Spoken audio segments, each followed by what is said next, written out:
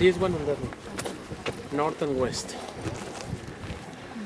Now, my friends, once again, please listen in this place. Very similar.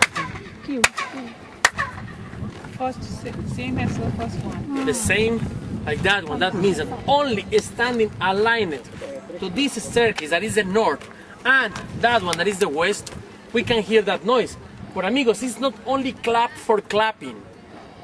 Remember, this temple was built in honor to Quetzalcoatl Kukulcan, right? And Quetzalcoatl Kukulcan is the representation of a bird on a snake. Amigos, that noise is one of the 400 voices of the Quetzal, the bird. So my friends, we have the noise of the bird. Where is the noise of the snake? Listen, please, not only this noise, right over there. You're gonna hear the noise of the snake. How? Listen.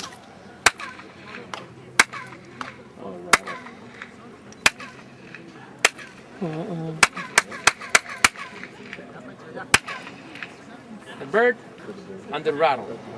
Quetzalcoatl, Kukulcan. And that's why, amigos, that's why it's one of the new 7 modern wonders all over the world. Come with me. There are 2 columns. Can you see those? Yeah. Can you see the shape of those columns? Can you see how we have 2 rattle snakes as a column? The top of the column is the rattle, and on the bottom is the head of the snake, once again with the open mouth. And take a look carefully. There's a figure between those columns, right? A figure, amigos, in a slide down. That one is the Chacmol. Once again, that influence. Remember, before the influence of the Toltecs, the Mayans, they used to kill people where? On the cenotes. After that influence, on the top of that temple. And that's why take a look carefully. That was